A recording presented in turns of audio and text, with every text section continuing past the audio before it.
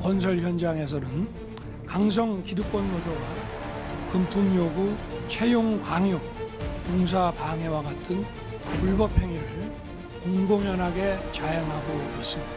불법 행위를 집중 점검 단속하고 불법 행위가 드러나는 경우에는 법에 따라 엄정하게 조치해야 합니다.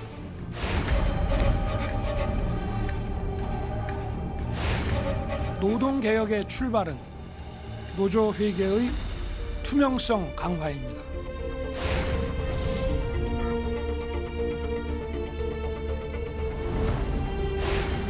회계장부 비치 보전 결과를 제출하지 않은 120개 노조에 대해 무관용 원칙으로 엄정 대응할 계획입니다.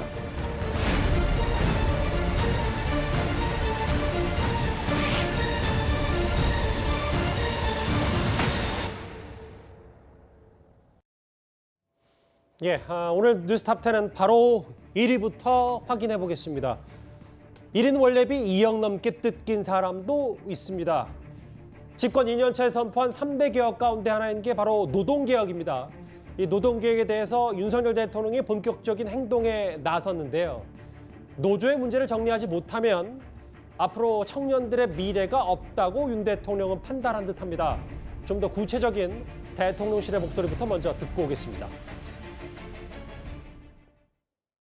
윤석열 대통령은 오늘 국무회의 직후에 관계 장관들로부터 건설 현장 폭력 현황과 실태를 보고받고 건설 현장의 갈취, 폭력 등 조직적 불법 행위에 대해 검찰, 경찰, 국토부, 노동부가 협력해서 강력하게 단속하라고 지시했습니다. 노조가 정상화되어야 기업의 가치가 올라가고 자본시장도 발전하며 수많은 일자리도 생겨날 수 있다고 말했습니다. 기업이나 산업에 엄청난 영향을 미치는 노조의 회계 투명성이 뒷받침되지 않고 부패하게 되면 기업의 납품 시스템 등 기업 생태계 시스템이 모두 왜곡되기 때문에 철저하게 출처와 용처를 파악해야 한다, 이렇게 강조했습니다. 이례적으로 생중계까지 된 오늘 윤석열 대통령의 국무회의 발언, 특히 노조를 겨냥했습니다. 좀 먼저 크게 볼게요. 아직도 건설 현장에선 노조가 불법 행위를 자행하고 있고 폭력과 불법을 방치한다면 국가를 할 수 없다. 이제 뭔가 대통령 혹은 대통령실도 노동개혁의 시동을 좀 건 겁니까?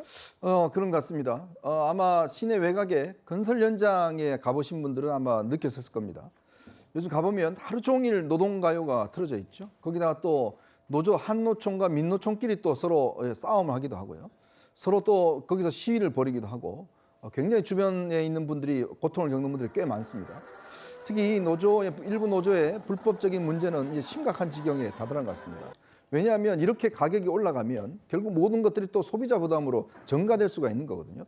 더군다나 지금 노조의 행태가 보면 오늘 동아일보가 일면에 보도했던 타워크레인 노조의 실태 같은 걸 보면 정말 심각한 지경이죠. 왜냐하면 타워크레인 노조가 본인들이 이 카르텔을 형성을 해서 새로운 어떤 노동자들 진입을 완전히 다 막고 있고 또 본인들은 원래비라는 형태로 인해서 또 사업주들에게 돈을 뜯어가는 이런 것들이 거의 뭐 고착화되어 있는 그런 상황입니다. 자, 그렇다 보니 이 심각성을 오늘 윤 대통령도 생방송을 통해서 원래 이 국무회의 모두 발언은 주로 이제 기자들이 그냥 파악을 해서 보도를 하는데 오늘은 직접 생방송을 했습니다. 그만큼 대통령의 의지, 이걸 이제 강조하기 위한 것인데요.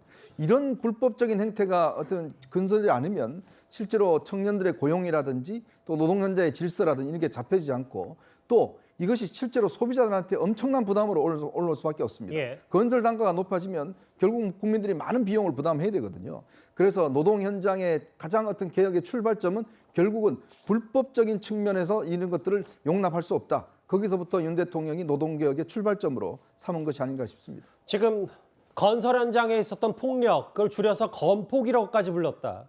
근절대까지 단속하라, 이렇게 엄정 지시를 윤 대통령이 내렸는데, 그럼 결국 이게 뭐 정치적으로 뭐 노정 풀 수 있는 타협의 대상이 아니라는 걸 윤 대통령이 좀 강조한 것 같거든요. 그렇죠. 아니, 타협의 대상이려면 서로 뭐 윈윈을 한다거나 뭐 이런 것들이 있어야 되는데 이거는 불법이냐 합법이냐 그 차이거든요. 그러니까 윤 대통령은 이런 부분에 관해서 불법적인 부분을 사실 정부가 일정한 정도 좀 봐준다. 뭐 어찌 보면 문재인 정부 때까지 그런 일이 가능했을지 모르겠으나 지금 윤 대통령의 시각은 이건 불법이기 때문에 타협 대상이 아니다. 뭐 이런 얘기거든요. 근데 이게 이제 지난해 화물연대 파업 때부터 사실은 많이 드러났어요.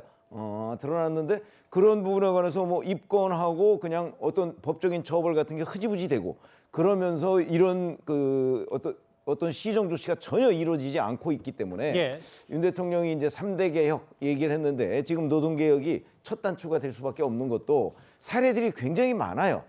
지금 뭐 관련해서 한 20명 정도가 뭐 구속이 되고 뭐 한 400건 정도를 적발했다고 하지만 노동 현장에 가보면 이거보다 훨씬 많은 불법이 자행되고 있는데 그거를 관계 당국이 손을 안 대거나 아니면 입건을 하더라도 뭐 검찰이나 경찰이나 이런 데에서 제대로 처벌을 못 하거나 봐주거나 이런 게 이제 과거 정부까지의 그 사례였는데 윤 대통령은 이 부분을 봐줄 수 없다. 그리고 이건 타협 대상도 아니다. 뭐 이렇게 인식하고 있는 것으로 보여서 앞으로 아마 상당히 뭐 민노총이나 한노총이 반발을 하지만 그러게요. 사실은 뭐 불법 부분과 관련해서 정부가 이걸 어떤 좀 느슨하게 할 가능성은 없어 보인다. 그리고 정치적으로 보더라도 뭐 전 정부와의 어떤 차별화뿐만 아니고 사실은 이런 그 노조 회계의 투명성은 그 일반 조합원들도 원하고 있는 거거든요. 예.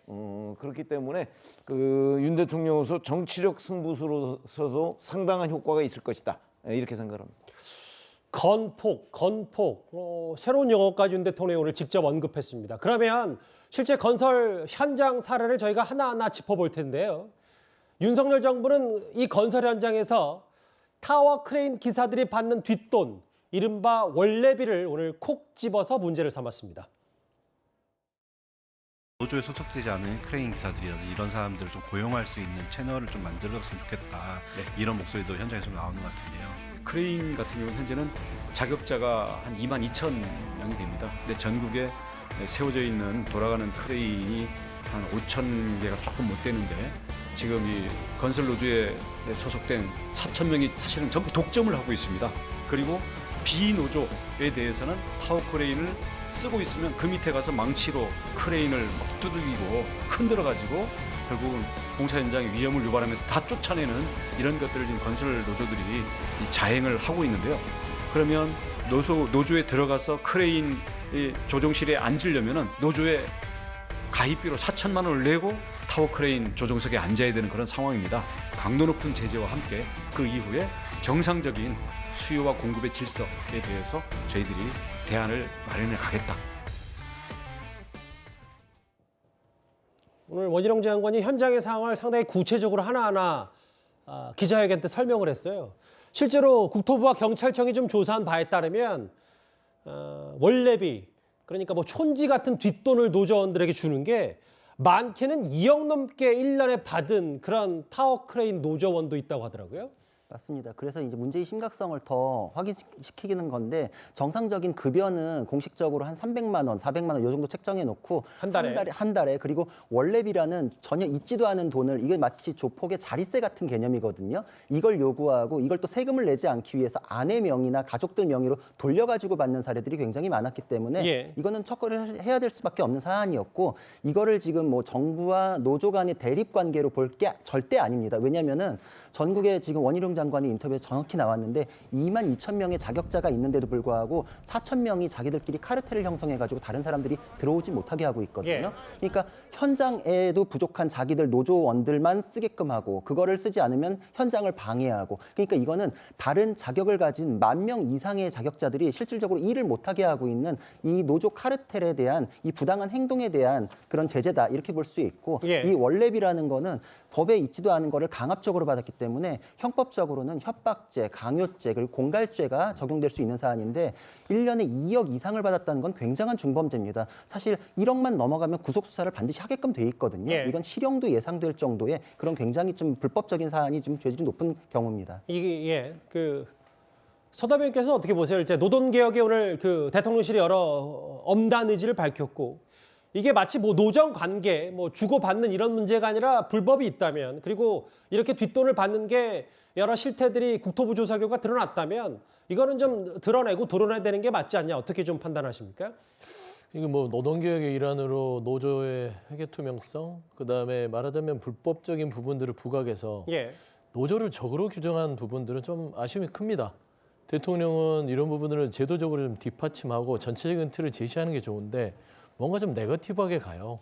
그러니까 어떤 국민들에게 이렇게 노조가 잘못된 것들이 많다라고 부각해서 노조 자체를 말하자면 혐오하게 만드는 것이죠. 근데 혐오의 정치 부분에 있어서는 대통령은 좀 화합의 정치를 보여주는 게 어떨까? 물론 국토부 장관이 원희룡 장관 얘기할 수 있습니다.